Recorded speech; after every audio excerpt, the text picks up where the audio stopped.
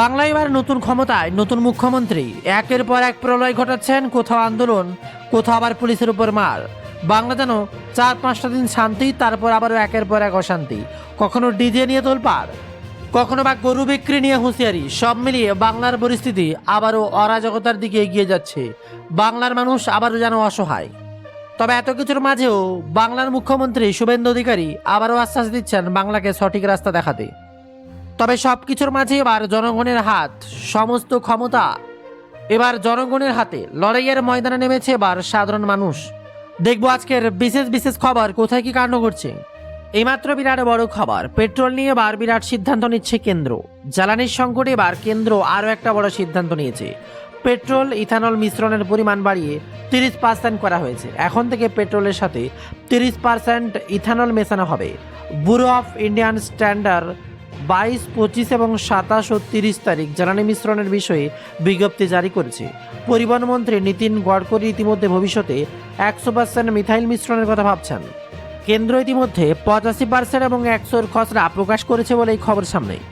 অপরদিকে আবার দারুণ অগ্নিবাণে পুড়ছে দিল্লি। দিল্লির সর্বোচ্চ তাপমাত্রা 43 থেকে 45 ডিগ্রি সেলসিয়াসের মধ্যে থাকায় তীব্র অসহ্য গরমে পড়েছে দিল্লি। আইএমডির তথ্য অনুসারে নফরগড় এবং মুঙ্গেশপুরের মতো কিছু জায়গায় তাপমাত্রা 46 থেকে 47 ডিগ্রি সেলসিয়াসের উপরে উঠে গিয়েছে। শুষ্ক বাতাস, তীব্র রোদের কারণে এনসিআর অঞ্চলে তীব্র দাবদাহ চলছে। মঙ্গলবার থেকে শুক্রবার পর্যন্ত ইয়েলো অ্যালার্ট জারি হয়েছে আবহাওয়া দপ্তরের তরফ থেকে। আর অন্যদিকে আরও এক খবর সামনে, 32,000 শিক্ষকের চাকরি বাতিল নিয়ে বিরাট বড় খবর। 32,000 শিক্ষকের চাকরি বাতিল নির্দেশকে চ্যালেঞ্জ জানিয়ে তথাকথিত যোগ্য বঞ্চিত প্রার্থীরা সুপ্রিম কোর্টে দ্বারস্থ হয়েছিলেন। সব পক্ষের জবাব তলবের পর এবার বিচারপতি দীপঙ্কর দত্তের পর্যবেক্ষণ, এখনই কোনো শিক্ষকের চাকরি বাতিল করা হচ্ছে না। তবে আমাদের সন্তানদের যারা শিক্ষা দিচ্ছেন, যারা তাদের ভবিষ্যৎ গড়ছেন, তাদের যোগ্যতা মান জানা প্রয়োজন। ন্যূনতম যোগ্যতা মান ছাড়া কিভাবে নিয়োগ, সে প্রশ্ন তোলে এবার কোর্ট। আর এদিকে অভিষেক বন্দ্যোপাধ্যায়ের বিরাট বড় বার্তা, আমার বাড়ি ভেঙে দিক, মাথা নত করব না। অভিষেকের বিরাট বড় খবর, কলকাতা পুরসভার নোটিশ নিয়ে এবার মুখ খুললেন অভিষেক বন্দ্যোপাধ্যায়।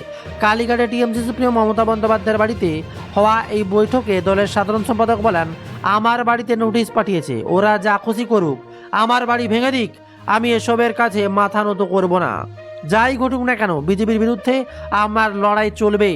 নোটিশের সঠিক জবাব না পেলে 7 দিন পর সত্যি বুলডোজার চলতে পারে অভিষেকের সম্পত্তিতে। খবর উঠে আসছে সম্পত্তি অস্বীকার অভিষেকের। কলকাতা শহরে তার সম্পত্তি বলে যে তালিকা ঘুরছে তা অস্বীকার করলেন অভিষেক বন্দ্যোপাধ্যায়। মঙ্গলবার দলের বিধায়কদের বৈঠকে তিনি বলছেন, অনেকে অভিষেক থাকতে পারেন, তবে এই সম্পত্তি যে তার নয় সে কথা সরাসরি তিনি বলেন। সেই সঙ্গে তার অফিস ও বাড়িতে বেআইনি নির্মাণের যে অভিযোগ উঠেছে সে সম্পর্কে তিনি বলছেন, কোথাও অনিয়ম তা জানায়নি, কিন্তু নোটিশ দিয়ে গিয়েছে। আর এমনই সময় ফলতায় ঘটল এক আনহনি। ফলতায় এবার প্রার্থী পদ তুলে নিলেন তৃণমূলের জাহাঙ্গীর। বিরাট খবর, আগামী 21শে মে ফলতা বিধানসভার পুনর্নির্বাচনের আগেই ঝাঁকলেন নিজের পুষ্পা, পরিচয় দেওয়া জাহাঙ্গীর খান। এবার এই কেন্দ্র থেকে নিজের প্রার্থী পদ প্রত্যাহার করে নিলেন তিনি। মঙ্গলবার তিনি জানালেন, ফলতার সাধারণ মানুষের শান্তি রক্ষার জন্য নির্বাচনের প্রতিদ্বন্দ্বিতা করবেন না। ফলতার উন্নয়নের স্বার্থে তিনি লড়াই ছেড়ে সরে দাঁড়ালেন। মঙ্গলবার সাংবাদিক বৈঠক করে তিনি নিজের মনোনয়ন প্রত্যাহারের সিদ্ধান্তের কথা জানান।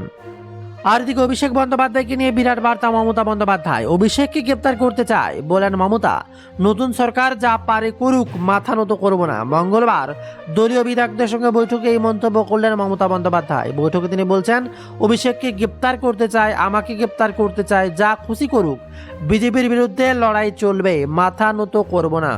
বৈঠকে উপস্থিত অভিষেক বলেন, আমার বাড়িতে নোটিশ দিয়েছে, কোথায় অনিয়ম তা কে জানে, এখনো আমাকে স্পষ্ট কিছু জানায়নি। অপরদিকে বিরাট বড় সংবাদ, চীন বাংলাদেশকে ঘোল খোয়াচ্ছেন এবার শুভেন্দু অধিকারী। উত্তরবঙ্গের গুরুত্বপূর্ণ চিকেন স্নেকের নিরাপত্তা ঢেলে সাজানোর উদ্যোগ নিয়েছেন বিজেপি শাসিত পশ্চিমবঙ্গের সরকার। জানা গিয়েছে, শিলিগুড়ির করিডোরে 120 একর জমি কেন্দ্রের কাছে হস্তান্তর করার সিদ্ধান্ত নিয়েছে সিএম শুভেন্দু অধিকারী নেতৃত্বাধীন সরকার, যা টিএমসি সরকারের আমল থেকে আটকে ছিল বলেই খবর।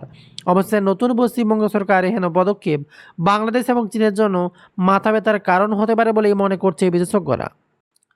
জাহাঙ্গীর সরে যাওয়া এবার সম্ভাব্য কারণ সামনে উঠে আসছে। পুনর্নির্বাচনের জন্য ফলদায় বিজেপির প্রার্থী হয়ে জোর কদমে প্রচার করেছেন সিএম শুভেন্দু অধিকারী, যেখানে টিএমসি প্রার্থীর হয়ে প্রচারে নামলেন না স্থানীয় এমপি অভিষেক বন্দ্যোপাধ্যায়। সূত্রের খবর, ফলতায় টিএমসি এমন অবস্থা যে পোলিং এজেন্ট বসাতে পারছে না, অথচ গত লোকসভা ভোটে ফলতায় 1,62,000 লিড পেয়েছিলেন টিএমসি প্রার্থী অভিষেক বন্দ্যোপাধ্যায়। গত 29 এপ্রিল ভোটেও এখানে চলে ইভিএম এর টেপ লাগিয়ে চলে রেগিং, তবে 15 দিনের মধ্যেই সেই ছবি পুরোপুরি পাল্টে গেল। আর এমনই সময় জাহাঙ্গীরকে বহিষ্কার করার দাবি তৃণমূলের অন্দরে। জাহাঙ্গীর খানকে কেন বহিষ্কার করা হচ্ছে না প্রশ্ন তুলছেন টিএমসির জয়ী বিধায়ক ঋতব্রত বন্দ্যোপাধ্যায়, সন্দীপন সাহা। মঙ্গলবার কালীঘাটে টিএমসি সুপ্রিমো মমতা বন্দ্যোপাধ্যায়ের বাড়িতে হওয়া বৈঠকে দুই বিধায়ক বলেন, এত বড় সিদ্ধান্ত নেওয়ার আগে জাহাঙ্গীর অন্তত ডায়মন্ড হারবারের সাংসদ তথা দলের সেকেন্ড ইন কমান্ড অভিষেক বন্দ্যোপাধ্যায়ের সঙ্গে কথা বলা উচিত ছিল। অভিষেক নাকি তখন তাদের দলের টুইট দেখার পরামর্শ দেন। আর একদিকে যেখানে গোটা বাংলার পরিস্থিতি এক তছনছ পর্যায়ে, এমনই সময় আরও বিপদে অভিষেক বন্দ্যোপাধ্যায়। শুভেন্দু অধিকারীর সরকারের স্ক্যানারে এবার অভিষেক বন্দ্যোপাধ্যায় ও তার বাবা মায়ের সম্পত্তি 21টি সম্পত্তির প্ল্যান জমা দেওয়ার নির্দেশ দিয়েছে ফিরহাদ হাকিমের কলকাতা পুরসভা। অনুমোদন ও নির্মাণের সংগতি যাচাইয়ের নোটিশ দিয়েছে কেএমসি, যেখানে লিপস অ্যান্ড বাউন্সের সম্পত্তিগুলোর নথি চাওয়া হয়েছে। পাশাপাশি 9 নভেম্বর 12 অফিস থেকে সবকটি সম্পত্তির নোটিশ গিয়েছে। সম্পত্তিগুলো কি বৈধ কাগজ আছে তা জানতে চাওয়া হয়েছে বলেই খবর। আর তার সাথে বিরাট বড় খবর, জাহাঙ্গীর খানের সরে দাঁড়ানোকে তৃণমূলের কৌশল বলে কর্মীদের সাবধান করলেন বাংলার প্রথম বিজেপি সরকার মুখ্যমন্ত্রী শুভেন্দু অধিকারী। মঙ্গলবার ফলতায় দাঁড়িয়ে তার সতর্কবার্তা, আপনাদের বলবো এটা তৃণমূলের কৌশল, যাতে আপনারা ভাবেন যে জিতে তো গেছি, ভোটটা না দিলেও চলবে। 10 বছর পর ভোট দেওয়ার স্বাদ পেয়েছেন, 100% ভোট চাই, পদ্ম ফুলেই ভোট চাই। মুখ্যমন্ত্রী আসবে 24-এর পর, ফলতাকে নতুন করে সাজিয়ে দেবে। বিরাট বার্তা এবার শুভেন্দু অধিকারীর।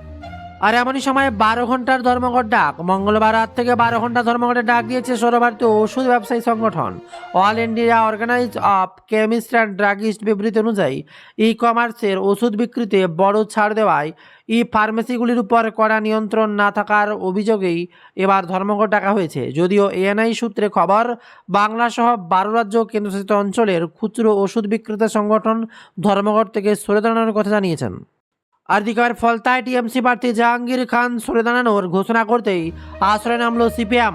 বিজেপির বিরুদ্ধে লড়াইয়ে সিপিএমই বিকল্প, সেই বার্তা দিয়ে সিপিএম নেতা সুজন চক্রবর্তী বলছেন, ভাইপোর ডায়মন্ড হারবার মডেল ভেস্তে গেছে। বিজেপিকে ময়দান ছেড়ে দিলে তৃণমূল, পুলিশ ছাড়া তৃণমূল যে শূন্য, এটা ফের স্পষ্টভাবে প্রমাণিত হলো। বিজেপিকে রুখতে লাল ঝান্ডায় ভরসা। সিপিএমের প্রার্থী শম্ভুনাথ কুর্মীকে সমর্থনে আহ্বান জানিয়েছেন এবার সুজন। আর এমনই সময় বিরাট বড় খবর, ভারত এখন মাওবাদী মুক্ত। বিরাট বড় বার্তা শাহ, ভারত এখন মাওবাদী মুক্ত বলে ঘোষণা করলেন কেন্দ্র স্বরাষ্ট্রমন্ত্রী অমিত শাহ। মাওঘাটি বলে পরিচিত ছত্তিশগড়ের বস্তারের নেতানারে এক অনুষ্ঠানে উপস্থিত হয়ে দেশের জনগণের উদ্দেশ্যে শাহ বলেন, আপনারা এখন গর্বের সঙ্গে বলতে পারেন ভারত এখন মাওবাদী মুক্ত। নিরাপত্তার পাশাপাশি এখন সময়, সেবা ও উন্নয়নে সরকারি প্রকল্প ও পরিষেবাগুলো এমন সব এলাকায় সহজে পৌঁছে যাচ্ছে যেখানে একটা সময় পা রাখার সাহস পেত না মানুষ।